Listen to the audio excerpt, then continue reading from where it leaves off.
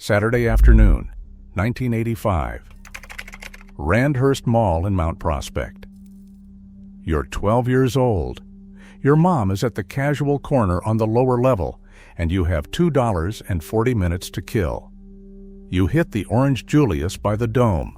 You loop past Spencer's Gifts with the lava lamps in the window.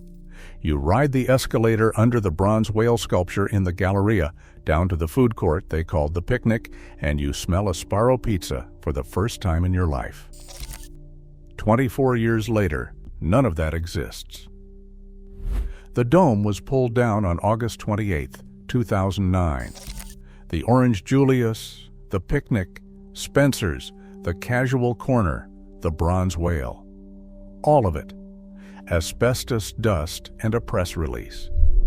And Randhurst was just the beginning. This is the story of how Chicago built one of the biggest mall empires in America and then bulldozed it. The mall as we know it did not exist before 1956. It was invented by one man, an Austrian Jewish architect named Victor Gruen, who fled Vienna in March of 1938, the month the Nazis annexed Austria. He landed in New York with almost nothing, taught himself American retail, and in October of 1956 he opened Southdale Center in Edina, Minnesota. Fully enclosed, climate-controlled, 2 levels, anchored by department stores on either end. The first true modern shopping mall on Earth. Gruen did not see it as shopping. He saw it as a town square.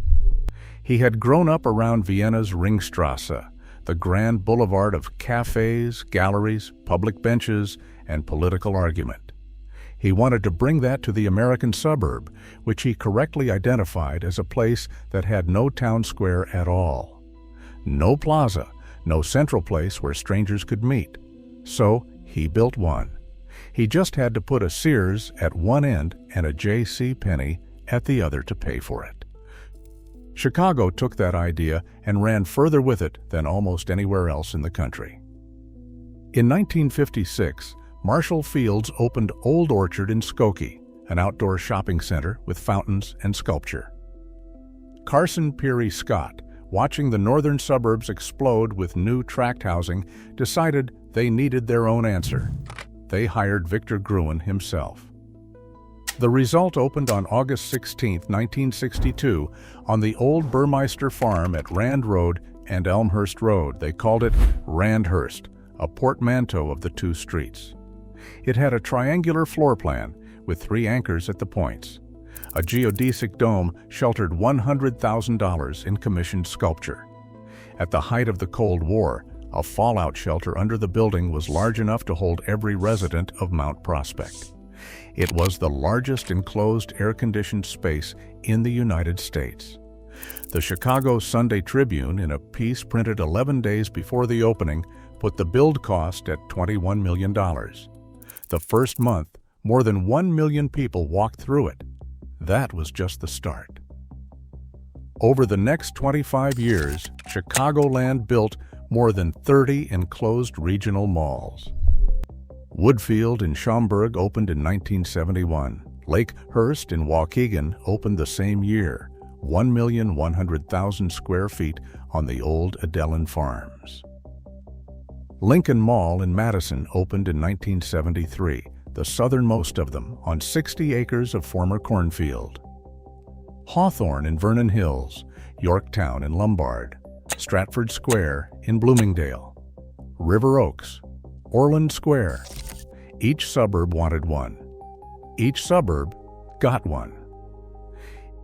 If you grew up here between 1970 and 1995, the mall was the 3rd place. Your Christmas photos with Santa happened there. Your first date happened there. Your first job at the Limited, or at Camelot Music behind the food court, or at the seasonal kiosk that sold those metal Chinese yo-yos. Happened there. You watched movies at the General Cinema. You drove there for prom shoes. When your dad needed a tie for a funeral, he didn't go downtown. He went to Carson's at Randhurst. By the mid-'80s, a single anchor department store in a major Chicagoland mall, a Carson's, a Weibolt's, a Ward's, could clear tens of millions of dollars in annual sales by itself. Combined, the malls employed tens of thousands of suburban teenagers, and every Saturday, every parking lot from Waukegan to Madison was packed. It looked permanent. It wasn't. The first crack came in waves. Walmart had been quietly building supercenters across the Midwest through the 1980s.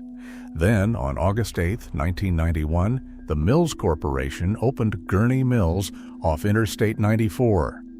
Nearly 2 million square feet of outlet retail. Manufacturer direct pricing. Concrete floors and no atmosphere. 7 miles from Lakehurst Mall. Lakehurst was dead inside of 7 years. By 1997, the mall had lost half its tenants. Montgomery Ward pulled out. JCPenney pulled out. By the year 2000, exactly 5 stores remained out of 120. The official closing date was January 31, 2001. Carson Peary Scott held on for another 3 years, alone in the carcass, hanging a big red sign that read, "We're open as demolition equipment staged nearby." Phased demolition began in November of 2003. By May of 2004, all of it was rubble. The marble floors, the fountain plazas, the gazebo, the Carson's Auto Center. The site was sold to a developer who built a Walmart supercenter on it in 2006. Read that again. The mall was killed by the discount retail format Walmart helped pioneer, and then a Walmart was built on the corpse. The killer literally took the address. Randhurst held on longer because it had Carson's, a hotel, an ice rink, and pure inertia. But the renovation projects in the late 90s and in the mid-2000s cost roughly $90 million combined, and they bought maybe a decade of life. In 2007, the village of Mount Prospect approved a $150 million plan to demolish the enclosed mall and rebuild it as something called Randhurst Village, an open-air lifestyle center with diagonal parking and a Main Street feel. They pulled down Victor Gruen's dome on August 28, 2009, 11 months after the last shopping day. But the worst death in the whole empire was at the south end. Lincoln Mall in Madison opened on August 9, 1973. Same developer as Randhurst, same architect. 2-level, 4-anchor, million square foot. The only fully enclosed mall in the far south suburbs. For 30 years it worked. Then, like everywhere, the anchors started leaving. Weibolt's in 86, Montgomery Ward in 99, JCPenney in 2000. In 2012, after years of receivership and lawsuits, Lincoln Mall went up for a bankruptcy auction. The winning bid was $150,000, less than the price of a Madison house.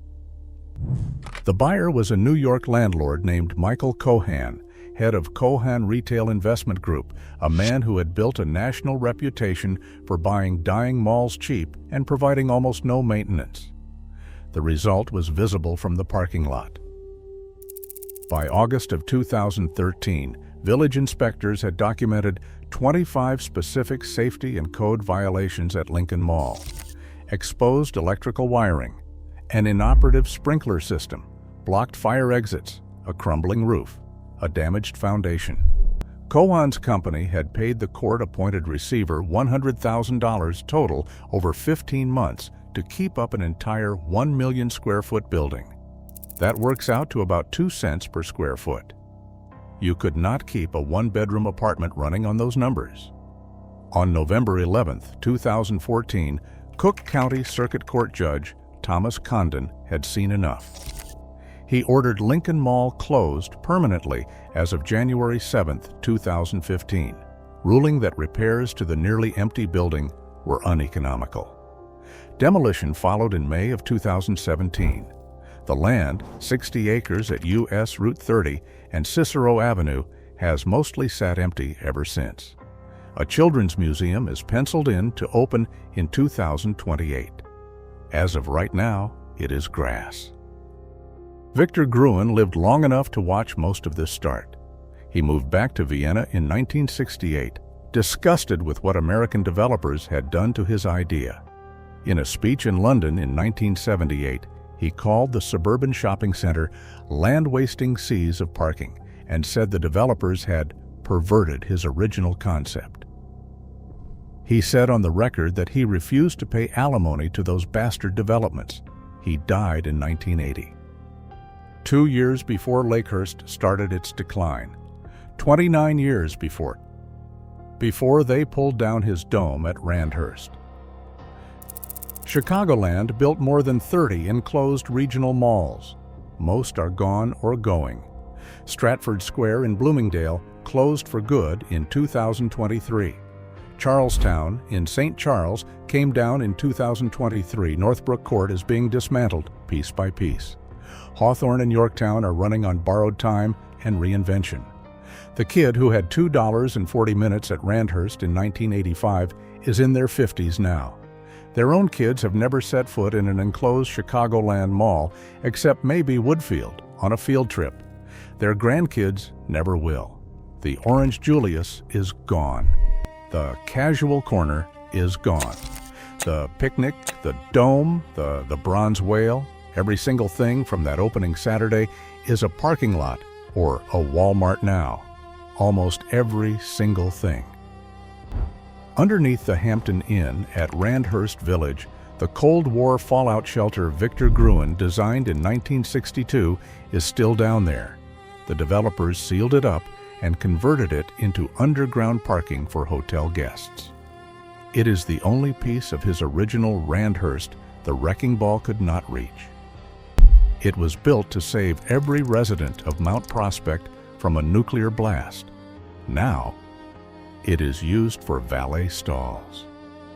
Victor Gruen tried to build us a town square. We built parking lots instead, and then we could not even keep the parking lots.